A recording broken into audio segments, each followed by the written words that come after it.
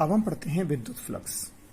विद्युत और विद्युत फ्लक्स मतलब विद्युत का फ्लक्स मतलब फ्लक्स मीन्स फ्लो, मतलब इसका जो विद्युत का फ्लो कैसे हो रहा है। समझिए, एक समान विद्युत क्षेत्र ई वेक्टर है, इसके अंदर एक क्षेत्रफल रखा हुआ है। ये क्षेत्रफल है, ये क्षेत्रफल के लंबवत ये क्षेत्रफल सदिश है। जैसे ये क्षेत्रफल है तो ये क्षेत्रफल के लंबवत ये क्षेत्रफल सदिश है।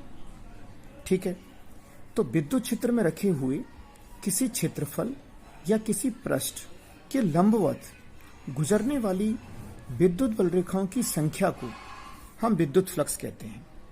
हम ये कह सकते हैं कि अगर किसी स्थान पर विद्युत बल रेखाएं बहुत ज्यादा हैं तो निश्चित रूप से हम कहेंगे कि विद्युत क्षेत्र की तीव्रता भी बहुत ज्यादा है और विद्युत फ्लक्स का मान भी बहुत ज्यादा है।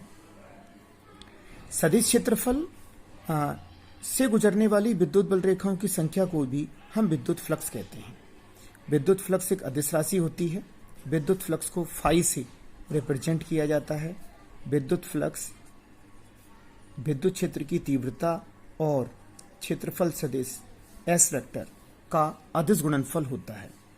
आप ऐसे कह सकते हैं कि अगर हम एस का ये नीचे वाला ये थीटा है, एस यानी कि विद्युत जो बल रेखाएं हैं वो क्षेत्रफल सदिश से थीटा कोण बना रही हैं, तो आप ऐसे कह सकते हैं कि ये जो एस है, एस का ये वाला जो घटक हो जाएगा वो एस कॉस थीटा होगा, एस का ये सामने वाला घटक होगा वो एस साइन थीटा होगा। लेकिन अभी हम ई के सापेक्ष घटक को ले रहे हैं एस कॉस थीटा। इन दोनों को मल्टीप्लाई करेंगे, ई वेक्टर का जो परिमाण होगा वो ई होगा और एस कॉस थीटा से मल्टीप्लाई करेंगे तो जो विद्युत बल रेखाओं की संख्या होगी वो किस पर डिपेंड करेगी, फाई इज इक्वल टू ई और एस कॉस थीटा। मैथमेटिकल देखें अपन तो डॉट को हटाने पर कॉस थीटा आता है और कॉस थीटा से हम डॉट बना सकते हैं। तो विद्युत फ्लक्स को हम गणितीय रूप में इस प्रकार परिभाषित कर सकते हैं कि विद्युत फ्लक्स विद्युत क्षेत्र की तीव्रता ई वेक्टर और सदिश क्षेत्रफल एस वेक्टर के अदिश गुणनफल के बराबर होता है। विद्युत फ्लक्स का मान ई और एस के मध्य बनने वाले कोण थीटा पर निर्भर करता है।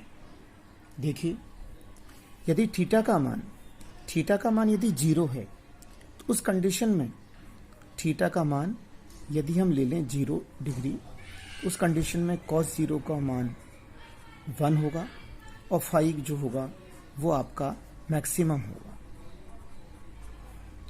थीटा का मान यदि आपने 90 ले लिया, उस कंडीशन में cos 90 का वैल्यू 0 होगा, फाई का वैल्यू भी 0 होगा।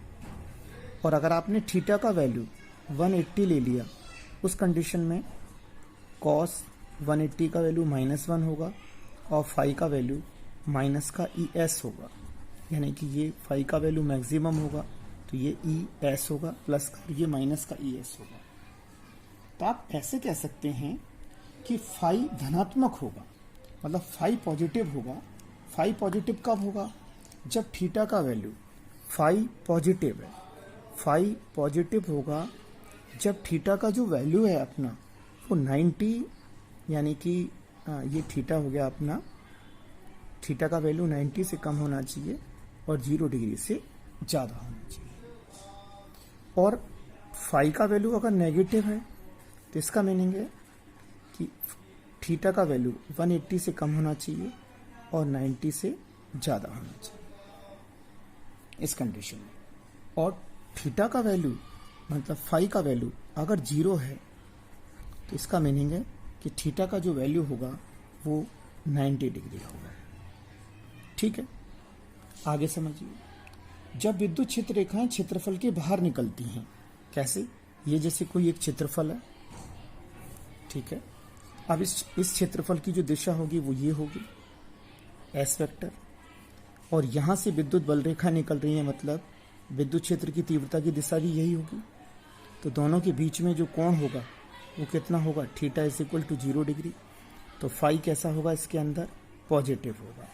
याद रहे, यदि विद्युत बल रेखाएं बाहर निकल रही हैं, किसी क्षेत्रफल से विद्युत बल रेखाएं जब बाहर निकलती हैं तो फाई का वैल्यू धनात्मक होता है।